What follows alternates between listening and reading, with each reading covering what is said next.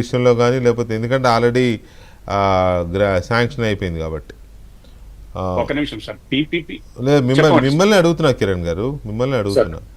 So ఇప్పుడు జగన్మోహన్ రెడ్డి గారు ఇచ్చిన జీవోల్ని రద్దు చేసి వెళ్ళడం బెటరా, లేకపోతే ఆ జీవోల ప్రకారమే అవే ఫీజులకి ఇంకెక్కువ వసూలు చేయకుండా ఉంచడం బెటరా? ఏం చేస్తే బాగుంటుంది ఇక్కడ? ఒక నిమిషం, ఎందుకంటే సార్ ఇప్పుడు మీకు చిన్న స్పష్టత ఇవ్వాలి. జగన్మోహన్ రెడ్డి గారు సూటిగా చెప్తారు, 5 ప్రభుత్వ మెడికల్ కాలేజీలో ఎన్ఆర్ఐ కోట 20 లక్షలు. అది కనుక ప్రైవేట్ అయితే ఈ రోజు రిమైనింగ్ ప్రైవేట్ మెడికల్ కాలేజీలో ఎంబీబీఎస్ ఎన్ఆర్ఐ కోటా ఫీజు 36 లక్షలు అండి. అర్థమవుతుందా సార్? రేపు పొద్దున వాళ్ళు 36 లక్షలు పెడతారు, పీపీపీలోకి వెళ్తే 36 లక్షలకి వెళ్తారు. అయితే ఇంకొక విషయం కూడా చెప్తా సార్, ఇప్పుడు చంద్రబాబు గారు పీపీపీ అయిపోయింది, P4కి వచ్చారు, పీపీపీ 4 P'లకు వచ్చారు కదా. కానీ ఆ సిద్ధాంతం తీసుకోండి, ఎవరన్నా దాతలు తీసుకొచ్చాయా, మా దగ్గర డబ్బులు లేవు, ఒక 3,000 కోట్లు దానం చేయమని P4లు తీసుకొచ్చి ప్రభుత్వ మెడికల్ కాలేజ్ చదివి రేపు పొద్దున మన భవిష్యత్ ఇది, మన బిడ్డల భవిష్యత్ ఇది.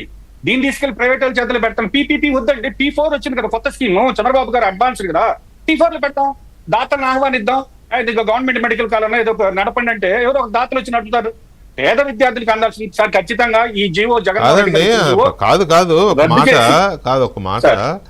అసలు ప్రైవేట్ అనగానే అదేదో విషము అన్నట్టుగా ఎందుకు మాట్లాడుతున్నారు మీరు? కాంగ్రెస్ పార్టీ వినండి కిరణ్ గారు, నా ప్రశ్న పూర్తవలా.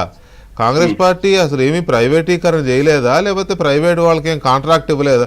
కట్టండి, ఇరిగేషన్ ప్రాజెక్టులు, పవర్ ప్రాజెక్ట్ అన్ని గవర్నమెంట్ కట్టచ్చు కదా, ప్రైవేట్ వాళ్ళకి ఎందుకు ఇవ్వాలి టెండర్లు? ప్రైవేట్ వాళ్ళు కూడా కొన్ని లక్షల ఉద్యోగాలు ఇస్తున్నారు.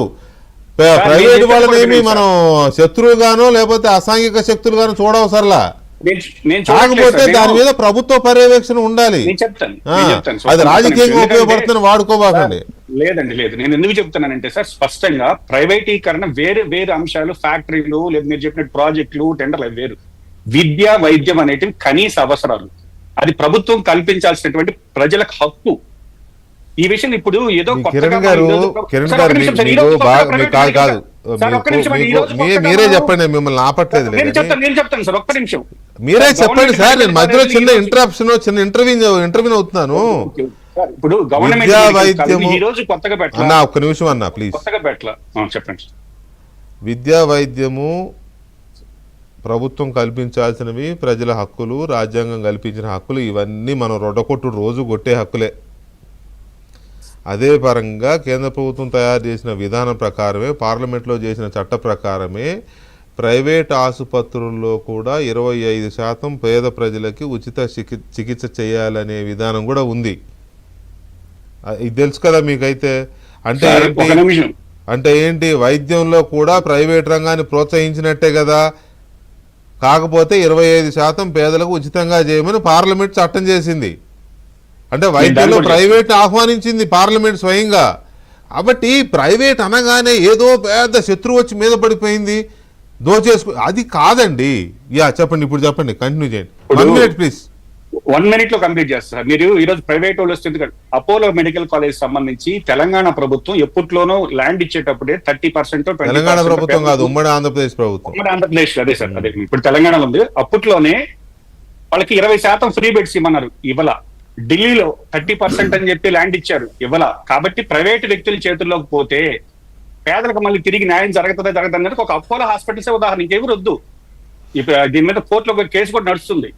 కాబట్టి నేనేమంటున్నానంటే ఈ రోజు అది పెద్ద విషయం కాదు సార్. మనం కూటమి ప్రభుత్వం, బీజేపీలో ఉన్నారు అధికారంలో, ఒక 5,000 కోట్లు తెచ్చుకున్న మెడికల్ కాలేజ్ అట్లా మన రాష్ట్రాన్ని నేను అడుగుతాం, లేదంటే స్విచ్లు వద్దుకుంటా 30,000 కోట్లు మనం పెన్షన్ ఇస్తున్నాం చెప్తున్నాం సార్. అది ఇంపార్టెంటా, ఇది ఇంపార్టెంటా? ఈరోజు చంద్రబాబు గారు పెన్షన్ సామాజిక భద్రత కదా, అది సంక్షేమ పథకాల కోసం సార్. సంక్షేమ పథకాల కోసం ఆటోలకనో, లేదంటే అమ్మగొడ్డనో, లేదంటే తల్లి కొందనో ఇన్ని లక్షల కోట్లకు దారపోస్తున్నాం. ఒక 10 మెడికల్ కాలేజీలు, 1,000 మంది విద్యార్థులు అది ఓకే.